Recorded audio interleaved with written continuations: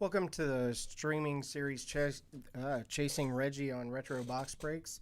This is a channel where we open up baseball card boxes from the 80s and 90s. And of course, in this series, we're opening up 90 Upper Deck High Series, looking for that Reggie Jackson. Kind of hard to see there in that reflection, but there we go. The first official signed insert card that at least I know of in baseball. So let's get to it here. All right, so this is the second box that we've opened in the series.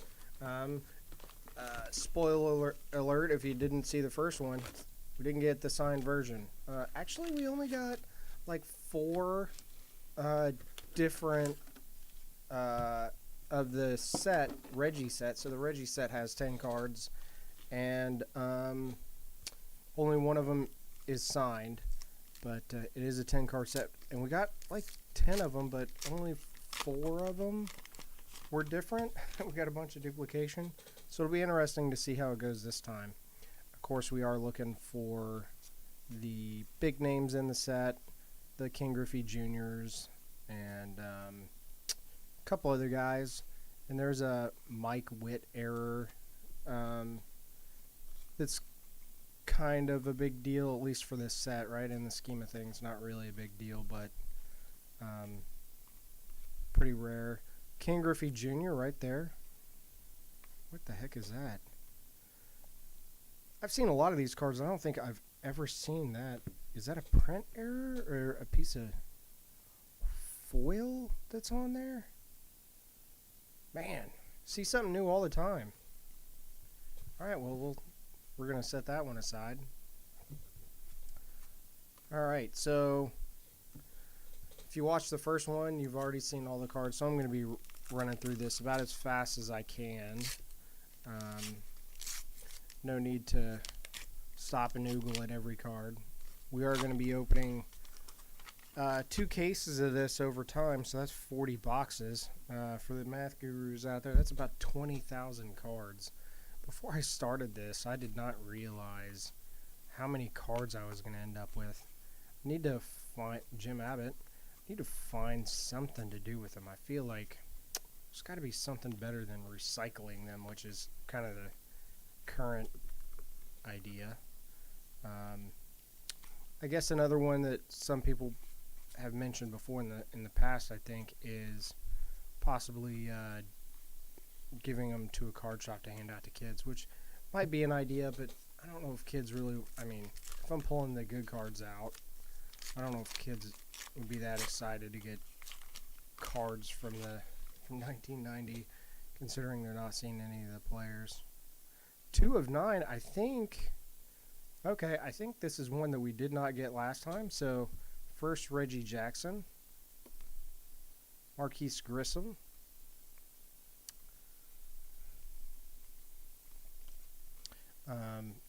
yeah, so gonna have some time here to kill, so to speak.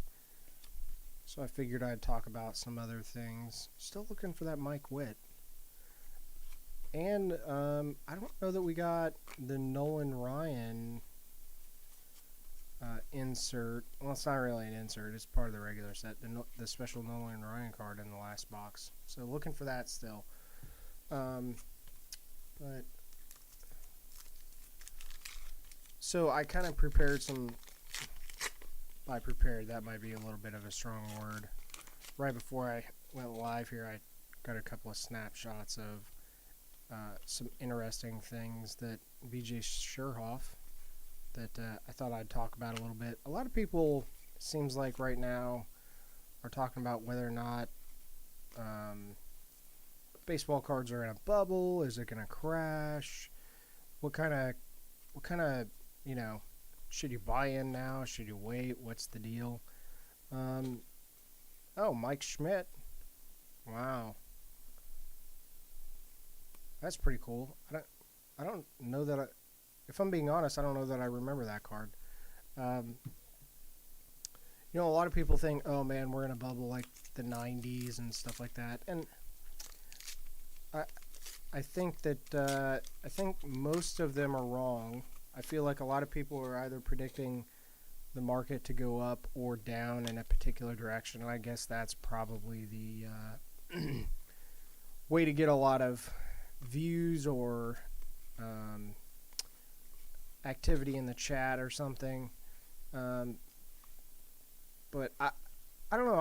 I'm thinking of it a lot differently. Are there going to be ups and downs in the market? Absolutely. The question is, where's the market going to be over a longer period of time? Robin Ventura, I think he's a solid 20 cents according to Beckett on the high side. So when I think about baseball cards nowadays, it's first off, it's way different than it was in the 90s. In the 90s, the people that were buying were, I mean, everybody. Like, your grandmother was buying baseball cards because it was the way to save for your kid's college. I'm sure that there are people out there that lived during that time that know what I'm talking about. I'm pretty sure I got that phrase from a interview or something on TV. But, everybody was buying them because they saw at the time the cards from the 50s got real hot. And so people were buying the current stuff because they thought, oh man, if the Mickey Mantle, there we go, another Reggie Jackson, but it's a duplicate. Deion Sanders, another solid 20 cents. Let's look at those Reggie Sanders from the last box. I happen to have not put them away yet. Okay, so it looks like at least, I'm just going to set these aside right here. At least we're getting duplicates of different Reggie Jackson cards. That's good. Nowadays, it's different.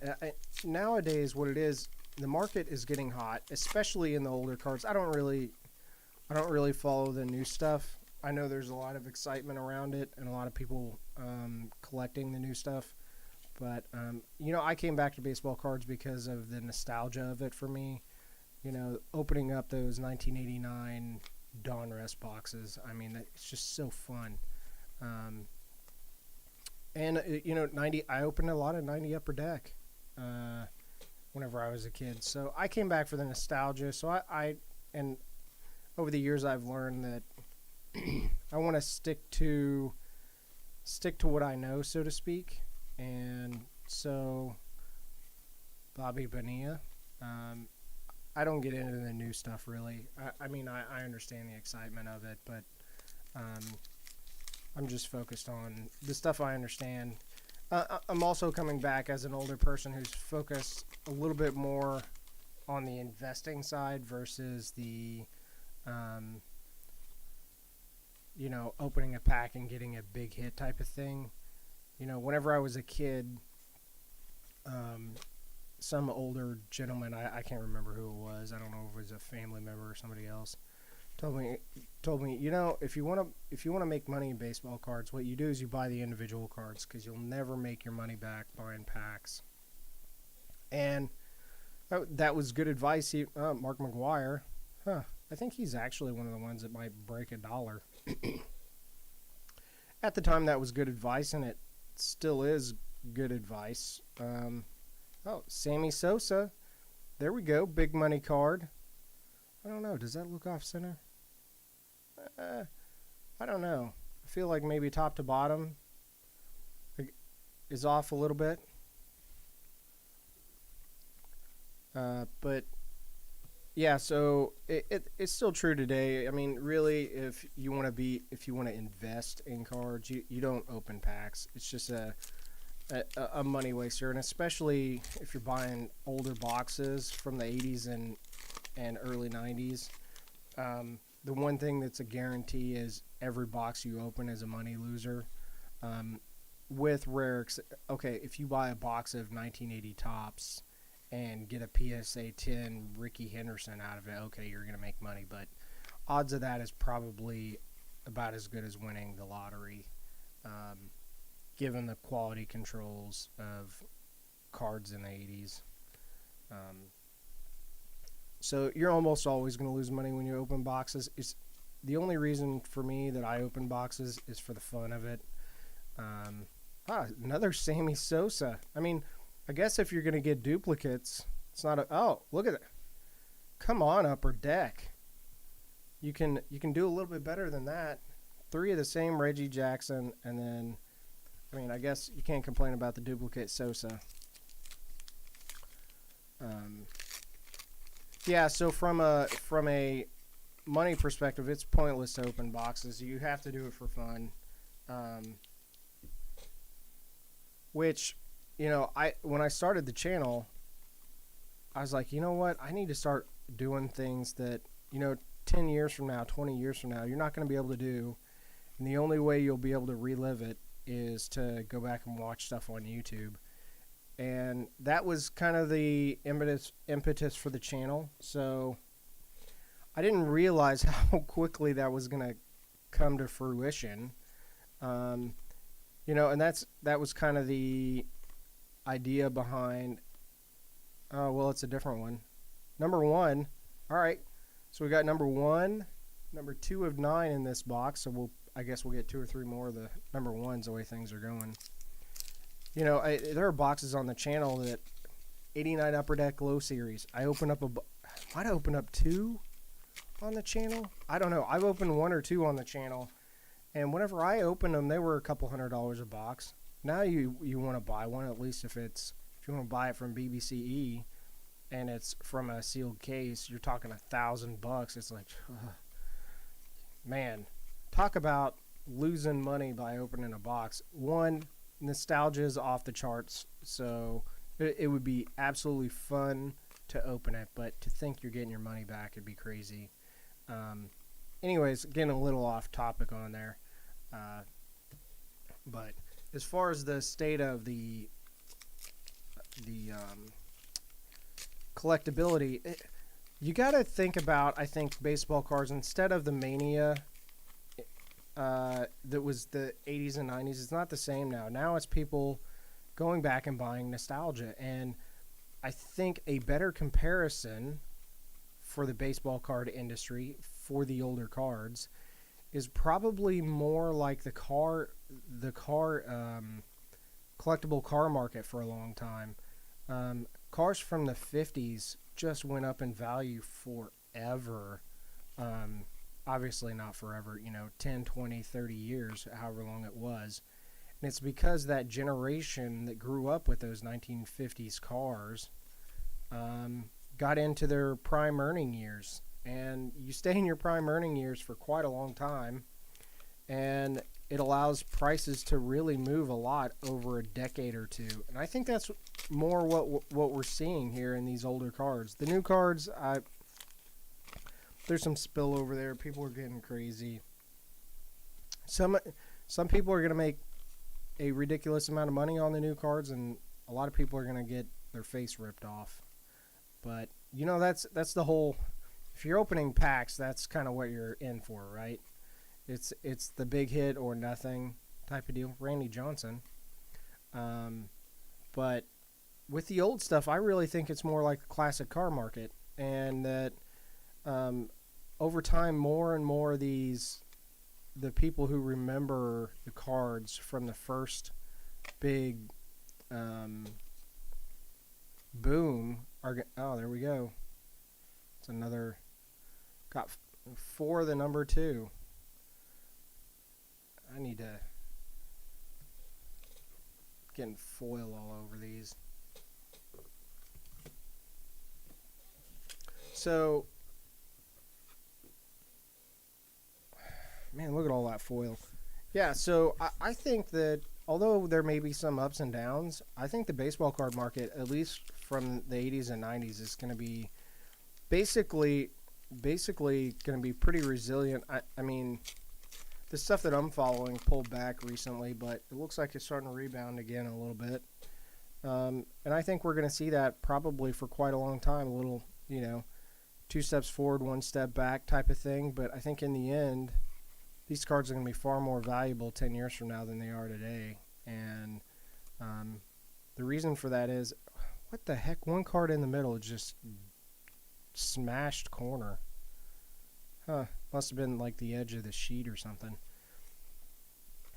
So you know, I think if people are worried about prices now, I think probably 2 years from now, prices are going to be higher on pretty much everything from the 80s and 90s. I mean, this video is a perfect example. You got 1990 Upper Deck High Series. You want one of those? Okay, well, you know what? After this video, there's one less of them, right?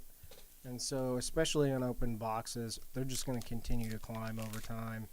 And there will be a time when the market resets, just like the classic car market did for those old 1950s cars. But it's going to be when the generation that was there originally in the 80s and 90s collecting, it's when they're old enough that they stop buying. I think that'll be the big down move. So, I mean, let's say I'm one of the older ones in that group. I mean, we probably got another 20 to 30 years of people buying cards that they wanted. And it's going to be one of those things where the more valuable, like the more some of the, like the individual cards cost, the more people are going to want to buy them, at least people with real means. The people who are willing to spend $100,000 or $1 million a card, because they're gonna. It's a weird thing. Almost at that price point, it becomes almost more nostalgic, and you want it, and people come in and it drives the prices up. So, anyways, there's a couple of images I kind of wanted to show that I thought was interesting. So, Google Trends. If you're not familiar with it, it has some interesting data out there. And I pulled a Google Trends for baseball cards. And if you look at the 12-month trend, I mean, it's just going bonkers straight up. And actually, it's pulled back slightly in the last week or so. But if you look at it from just the last week, there's not perspective in it. And if you pull back to the long-term chart, the chart looks completely different. So here, I'm going to pull that up for you. Let's see here. Let's take a look at the 12-month one. Okay, so here's a 12-month chart, and on the right-hand side, we just bumped up against 100. So that's this is all relative based on the data in the chart. So based on the data in the chart, the most popular this search has been very recently, which okay, that may be a sign that, oh man, maybe we're kind of nearing a top in pricing because the popularity is hit, an all-time high, at least for the last 12 months. But if we pull back to the all-time chart and take a look at that, so the 12-month is on top, and then the all-time is on bottom here. And look at the all-time. On the left side, it's 2004. I mean, Google doesn't have data going back to 1990 because, well, they didn't exist. But even as of 2004, we're not back to the highs. And, I mean, 2004 was decades after the peak of baseball cards. I mean, a decade and a half, I would say, at least. So, I mean, I think there's a lot of room to run in card prices. I mean, they're not going to go straight up another duplicate. We've gotten all of them except for one have been that same card. Hey, oh, look at that! This has been a really cool pack. According to Beckett, this is like one of the most valuable cards in the set, which is weird. Nolan Ryan, 5,000 strikeout, very cool. I think we got that in the last box, but 5,000 strikeout, I really like that card. Definitely brings back memories. Yeah, I think we got a long way to run. I think that at least for the older cards, the market's got a lot of years left. I mean, there's a lot of people from the generation that grew up with these cards that they're not even aware of the boom in baseball cards. And so, like, for me, I came in, we'll call it a couple of years ago. Bobby? No, not quite. It's Mike Witt who we're looking for with the error back. There's a lot of people who, when they come in, what'll happen is they'll see the prices and they have a recency bias. So, like, for me, I came in a couple of years ago, so now whenever I see a box of cards that I used to be able to buy for $100 or $150 selling for $500 or $800, I look at it and it's like, Jesus, I don't want to buy that and open it. I mean, that's crazy. Look at how much it's gone up. I could have bought it way cheaper. I'm not buying it now, right? But when these new people come in, they're not going to have that bias, and So I think as new collectors come into the market, it's going to push prices higher. They're definitely going to be pullbacks. I mean, has been recently, and of course, baseball season's coming up. Barry Larkin. So I think the cards, seasonally, the normal thing to happen is baseball season starts and cards become more expensive. So we'll see if that happens. But I think baseball cards have a very bright future ahead of them if you're buying them now. By no means is this investment advice. Just saying, if you want that 89 Upper Deck King Griffey Jr. in a PSA 10, maybe wait for it to pull back a little bit if you don't like the price right now. But I think ultimately, the odds of you losing money over the course of 5 or 10 years is probably pretty minimal. And I'm in that boat, man. There's some of the 1989 Griffies that I want to buy. Like, there was a long period of time, 2 Gary Sheffields in a row.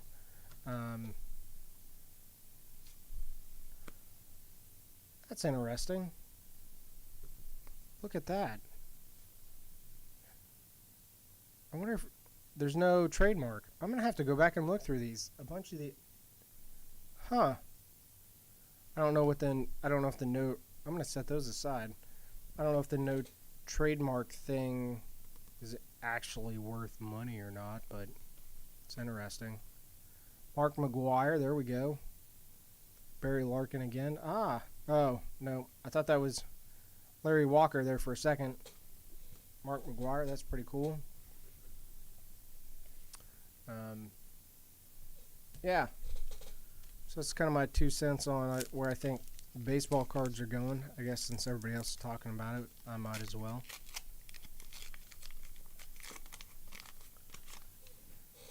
Of course, I don't typically buy individual cards. I've talked about buying individual cards on the channel, and I have bought a few, but for me, I think the best bet is to buy old wax, especially stuff that's BBC certified. I talk about them all the time, but there's really a lot of goodness there. One, like I said, if you buy a box, every time somebody opens one, there's one less. So the supply demand is always going in your favor. See? Duplicate. We've only gotten the number 1 and the number 2 out of this box. I guess that's all we're getting. Huh. Maybe one other number out of the series. So I guess that's how we're going to have to put together a whole set, is across 3-4 boxes. 5 boxes maybe. I don't know. Yeah, but every time somebody opens a box, there's fewer of them. The one that you have is worth more money, and I think that's a very valuable thing to have in something if you're really investing in it. And people are always gonna, again, another one of those cards where just like one card in the pack is dinged up. And people are always going to want to go back and open these boxes, take the chance. Maybe they will get the PSA 10 of whatever card they're looking for. So, here we go. 300 win Nolan Ryan. So there's a variant without the 300 win stripe.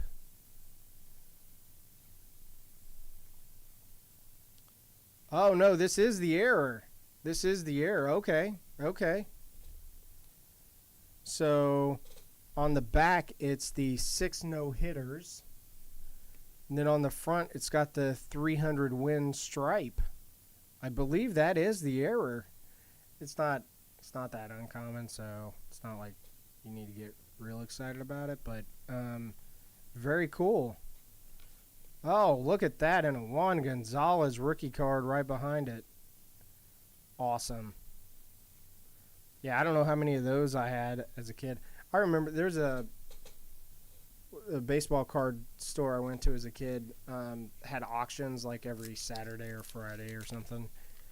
I remember people buying up lots of Juan Gonzalez Upper Deck cards at like $10 a piece. It's like, holy moly. And now what are they worth? I mean, you can pick them up for $1 or less probably now. I'm trying to think, is Bo Jackson in here? I don't know. I feel like he should be. And I don't remember seeing him yet. Ah, there's Nolan Ryan, the regular card. Pretty cool.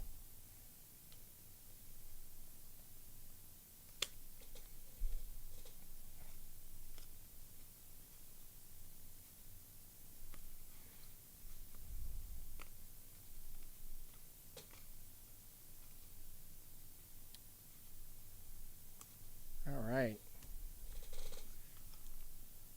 Yeah, I was starting to get a little bit worried. Some of the individual cards I'd bought, and bought a couple of 93 Topps Jeter gold cards. I did a video on the channel opening up a 93 Topps box, and when I did it, I realized that like the odds of getting a PSA 10 are so long.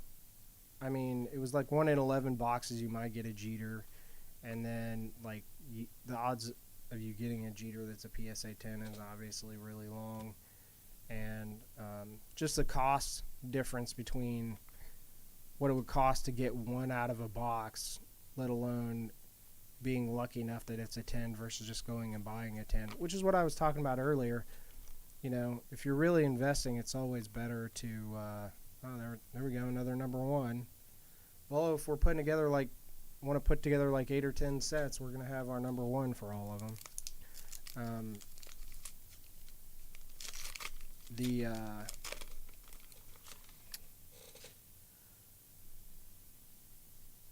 Oh man, I totally forgot. Man, just blanked out and forgot what I was talking about. Oh yeah, the Jeter. So, I mean, the numbers just didn't make sense. I mean, 1 in 11 boxes at the time. The boxes were $100 a piece, and you know, and that's it. It was only break even if you got a PSA 10 every time, and everybody knows that pulling cards out of packs doesn't result in PSA 10s a lot of times. So I thought that was a little off, so I bought a couple of them, and man, that was a good choice at that particular point in time. You know, that's what I'm finding right now with baseball cards, is if you can find an interesting imbalance in the market, you can really do very well. One thing that, and I don't even know if you can still do this, but one thing I was looking at, since PSA raised their prices, you know, going back and buying stuff like the Larry Walker out of this Upper Deck, you know, in a PSA 9, or, you know, probably other, you know, less popular, I guess you could say, Hall of Famers in like PSA 9s, you can pick them up for less than it costs to get them PSA'd. And that may be a fallacy on my part, that they should be worth at least what it costs to get them graded. But, I mean, if you can buy enough of them, it might make sense to, you know, go back and start buying up some of those things. I don't know. Just a thought. Of course, the challenge there is, okay, so let's say, and I don't think these are the numbers, but let's say a PSA 9 Larry Walker, you can buy 100 of them for $10 a piece, even though, well, there we go, another number 1. Way to go, Beckett, Upper Deck. You know, if you can buy 100 number PSA 9s for $10, the challenge there is how the heck do you sell them with all the fees and everything and not lose money? So the idea isn't totally without flaw, but thought it was kind of interesting.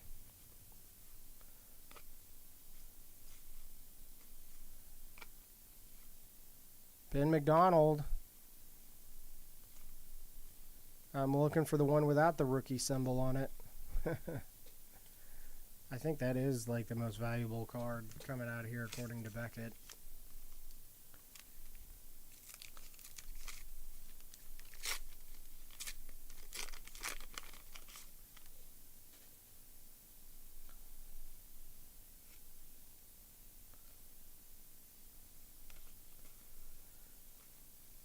Well, I mean, 3/4 of the way through the box here. You know, I talked to some people about trying to pull this Reggie, and they're like, hey man, don't do it. Like, it's not as fun as it sounds. Turns out opening up cases and cases of cards looking for one dude is it's not nearly as fun as you think. Here we are 2 boxes in, and I can definitely see why they think that, but I don't know, I'm still having a good time here. And I think I will continue to have a good time as I roll through these. Honestly, the thing I'm looking forward to the most is just not having these cases sitting around under my desk, so that I can actually. I haven't been able to. Oh, a number 6, man! Upper Deck throwing a curveball at us. All right, I don't think we've gotten that one yet. Man, it's horribly off center, but hey, moving in the right direction.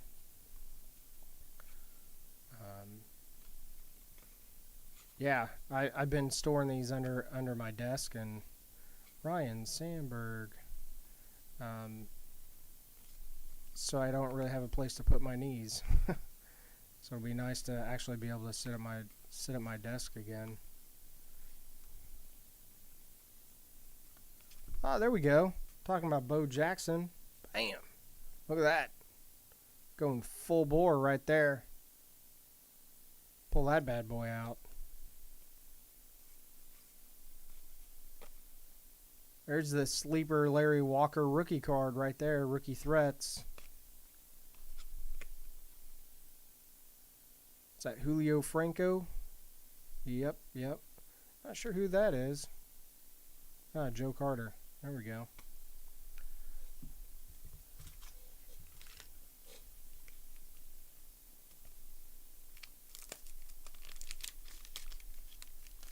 You know, I was thinking the other day, I wonder if all of the Reggie Jackson signed cards are actually out of packs. I think Upper Deck was kind of known for doing some shenanigans back in the day.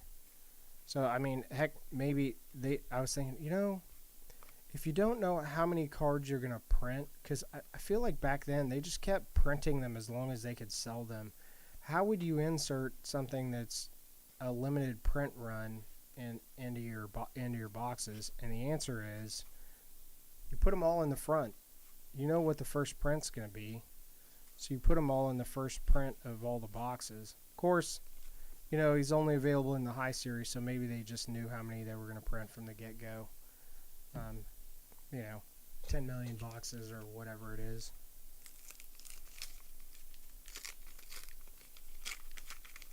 Hopefully it wasn't 10 million boxes. We wouldn't have a very good shot at getting him if it was.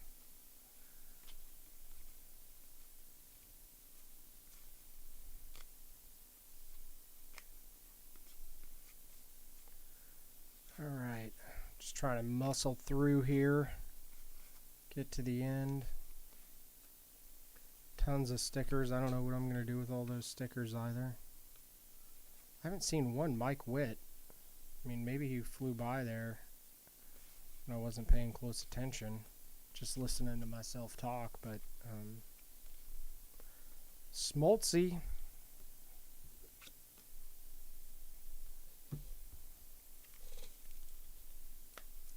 I really thought the Reggie Jacksons were going to be more evenly distributed. I figured we'd probably get like close to a set every time, be off like one card or something. feel like I've opened a box before and that was actually the case. Where I got most of them. I was just like 1 or 2 of the set short. I might have opened that on the channel actually. I might have to go back and look and see if that's what happened. If that's the case, then I guess the question is, what did they change in the when they were doing this print run? Was it 2 different print runs? You know, and if there's 2 different print runs, is the first print run the only one you can get the signed card in? So many questions, none of which are going to get answered.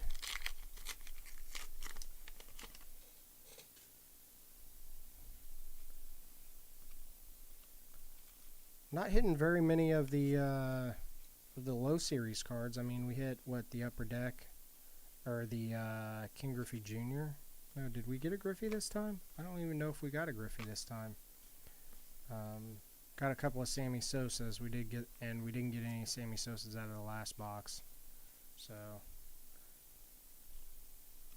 I guess you win some, you lose some. Pete O'Brien.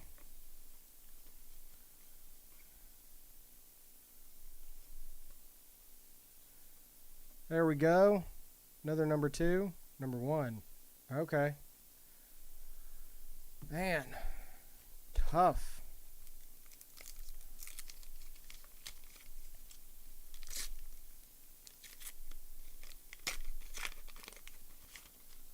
Man, I opened the pack up there and I was like, King Griffey Jr. Oh, no. It was a close one.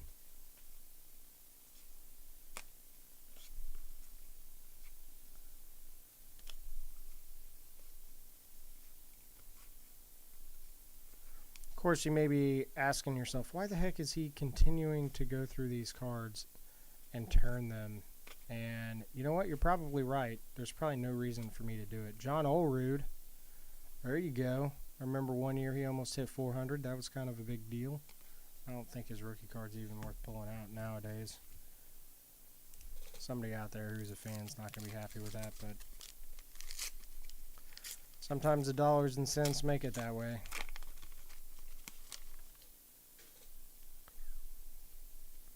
Anyways, I'm turning these all straight because at some point I'm going to go back through them and look for all the stuff that like doesn't have the copyright on it, since now that I've seen some that are in that state, maybe pull them all out.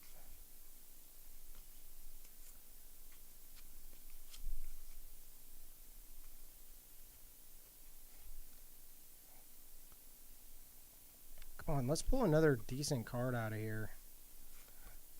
Something interesting here in the close. Andre Dawson, Dwight Gooden. All right, two packs left in this marathon.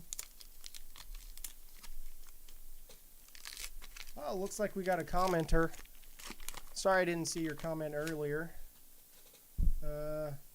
My screen unfortunately is too far away. I can see the hello. But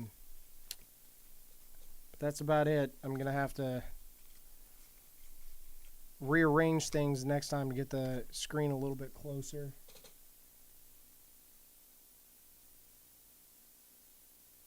Oh, is this pre-recorded? No, no, this is not pre-recorded. This is live. If I make a mistake here, it's for all to see.